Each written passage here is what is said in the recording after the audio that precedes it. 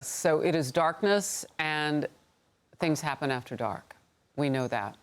War happens after dark. I will also speak with Republican Congressman Brian Mast, who volunteered with the Israeli Defense Force. Stay tuned for that. Fox News alert now. Americans are already struggling under the crushing weight of high prices on everything, especially food.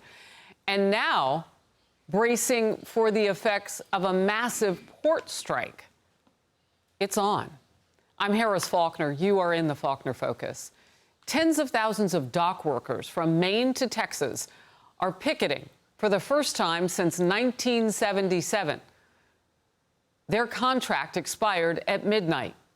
They want big wages and guaranteed job protection from automation. Because when things are automated, you need less human beings. The Port Workers Union chief negotiator, well, he has a lot to say, and he doesn't hold back. When my men hit the streets, from Maine to Texas, every single port will lock down. You know what's going to happen? I'll tell you. First week, be all over the news every night, boom, boom. Second week, guys who sell cars can't sell cars because the cars ain't coming in off the ships. They get laid off. Third week, malls start closing down. They can't get the goods from China. They can't sell clothes. They can't do this. Everything in the United States comes on a ship. They go out of business. Construction workers get laid off because the materials aren't coming in. The steel's not coming in. The lumber's not coming in. They lose their job. Everybody's hating the longshoremen now because now they realize how important our jobs are. Well, he's not wrong about getting us our stuff and how critical a role they play. We could really feel this. And how we got here? Where is the White House? You fight when you have to at the White House to keep stuff like this from happening. Is Biden, is Kamala Harris, are they up to the fight?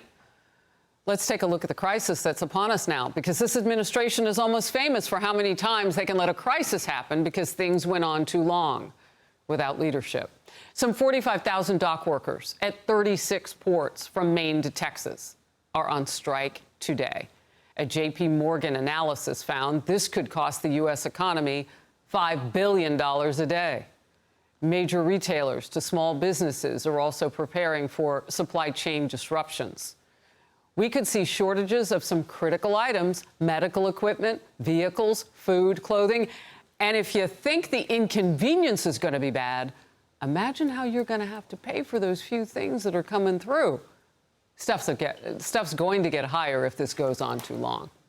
Despite all of it, though, President Biden says, well, nothing. He's on the sidelines.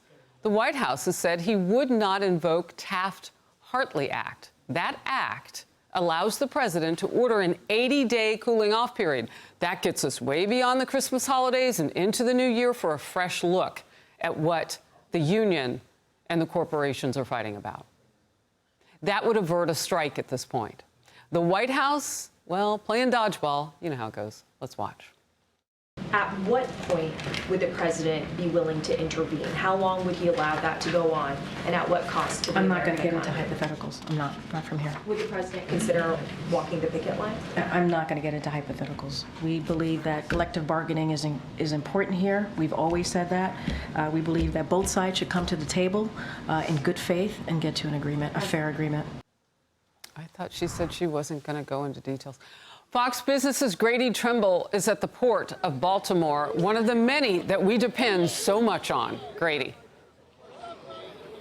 And Harris, just to set the scene for you today, there are around 2,400 International Longshoremen's Association members at this particular port. You can see a group of them on the picket lines in the rain, not deterred at all by that. 45,000 members across ports from Texas all the way up to Maine on strike right now. And what that means for you and me is, well, you can see the effects of this strike. These cranes you see in the background are the cranes that these men and women would typically be operating, but they've walked off the job and now they are at a standstill. That means products coming into the United States from all over the world are also at a standstill. Our colleague Lydia, who spoke to the president of the ILA, the International Longshoremen's Association, this morning, he's praising the Biden-Harris administration, in particular the acting labor secretary, Julie Su, for encouraging the two sides to come together to negotiate. But the problem is a whole host of industry groups say that the Biden-Harris administration isn't doing enough. The U.S. Chamber of Commerce, the National Retail Federation, wholesalers, they're all saying that the administration should invoke the Taft-Hartley Act that you mentioned, so these workers have to stay on the job while negotiations continue. Take a listen to the American Trucking Association CEO placing a lot of the blame on President Biden and the Biden-Harris administration for this walkout. It's the job of the president and this administration to bring two parties together when they can't reach an agreement, to mediate. They're not doing that. They're encouraging this strike. By revoking the option of Taft-Hartley, you're encouraging this union to strike and shut down this economy when our southeast United States is recovering from a natural disaster. This is the worst time to have 36 ports shut down our economy. Yeah, and it also comes as inflation has been cooling, but the concern here is that this strike could lead to higher prices yet again, especially if it lasts a while. As far as the cost of it to the U.S. economy, J.P. Morgan has a very high estimate at around $4.5, maybe even $5 billion a day. Anderson Economic Group is putting the cost on the lower end, but it's still $2.1 billion in the first week, and they say it's only going to get worse as the supply chains grind to a halt and the products coming in aren't able to get unloaded from ships. Some of the big companies that are reliant on these imports are companies like Walmart, Costco, LG Electronics, IKEA. The list goes on, and it's only going to get worse, Harris, if this strike goes on. Grady, Trimble, great reporting out there. Thank you. I know you're talking to so many people. That is very helpful. Charles Payne is here, host of Making Money. This feels like Bidenomics, an extending of all that had gone wrong with decision-making and not understanding the pain that people feel with pricing, that they would not have fought harder to keep this from happening. You're absolutely right, because the nomics part of it has always been missing. And it's the Biden. That's good. I see what you did there. The entire agenda has been driven about who you want to favor. And for the most part, the Biden administration has favored the elites, the wealthy. And the of course, the Biden, the whole agenda. And the Kamala Harris's. The Biden-Harris agenda has favored and rewarded the wealthiest people in this country, and of course, unions. But the president, to say he doesn't believe in intervening, particularly on the heels of this storm over the weekend, is really mind-boggling. I mean, we're talking about these ports handle $3 trillion a year. One report does say it could be $600 million a day. And this adds up very, very quickly. Well, yeah. I mean, it said $2.1 billion by the end of this week. Right, right. And again, there's separate. But here's the thing we also have to realize. There's a compounding effect to it, right? 1 day equals 5 days of repercussions, right? 1 week, 1 day means the supply chain could get backed up for 1 week. These numbers start to add up, just as we were coming out of a supply chain crisis. And to do it at such a vulnerable time, again, the lowest parts of our economic strata are going to get hurt the most. And listen, it may seem frivolous of all the things that I heard that were named off, from pharmaceuticals to automobiles, but this would be it. I mean, if it lasts too long, there won't be toys for Christmas. Well, look, let's just pause for a second about what's on those containers right now. Food is on those containers. Now, maybe some of those things can sit. That food can't wait. Like all the bananas, the perishables. Do you know how expensive a banana is about to become? Yeah, it's really, really amazing. So how long does it take before, and real quick, because I want to move on, Commerce Secretary, I want to get to something she said. How long before we really start to see those things, though? Do we have a month or two?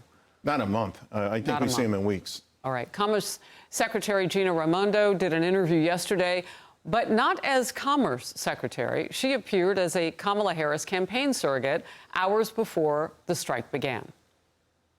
Where have you been kind of focused and hearing on what would happen if the strike goes, let's say, longer than a week? Again, I have not been very focused on that. I would refer you to the White House or the Transportation Secretary. Refer you to the White House? I mean, that's where Kamala Harris is working now as VP. What is she talking For about? a split second, she was going to say, I refer you to the Commerce Secretary, but oh, hold on, wait a minute, that's me. I posted on X yesterday that it's been a tight race for the most incompetent person in this administration. But in the last 2 weeks, I feel like that she has kind of taken the lead over maybe Pothole Pete. It's really it's an embarrassment. This is her job. But it's dangerous. Of course it's dangerous. And it gets back to what I said in the very beginning of our conversation. There's never been a focus on economics. There's never been a focus on commerce. Everything has been a focus on their agenda from day one. And there's a massive indifference to Americans. Talk to me about, though, and we won't get into the details of the Taft Act, but Biden could have dealt with this. We've known about this for weeks. 7 decades has been in place. Well, yeah, but I mean, he knew weeks ago that he was on the precipice, Right. and everybody knew they were dealing with Harold Daggett, Right. the head of that union. Right. I mean, come on, he just got reelected. He's not going anywhere. He knows he's a man in his power, as they like to say colloquially. So with all of that, Biden just sat by? Kamala Harris just sat by? Yeah, they just sat by and maybe even... and let Rome burn. Well, spoiling for a fight. Maybe, hey, you know what? We're out there fighting for unions. Make sure you get out there in November and fight for us. That kind of campaign sloganeering kind of stuff that they like to do more than actually, get things done for the nation. I mean, this isn't... Protect. This isn't about what side of the aisle you're on. We're talking about our economy. We're talking about a vulnerable time for our economy. Right. Already, trucks were not taking some of the perishables you talked about. To your point, everyone in the industry saw this coming, and they also saw the fact that the White House was going to do nothing about it. You mentioned Hurricane Helene. I mean, we need all hands on deck to get stuff to where it needs to go now. This is a dereliction of duty on their part. And I read today from the White House that they are working 24 hours a day. I wish we had 39-hour days at this point. Make them work harder. Absolutely. Charles Payne, thank you. Thanks. Hey everyone, I'm Emily Campagno. Catch me and my co-hosts Harris Faulkner and Kaylee McEnany on Outnumbered every weekday at 12 p.m. Eastern, or set your DVR. Also, don't forget to subscribe to the Fox News YouTube page for daily highlights.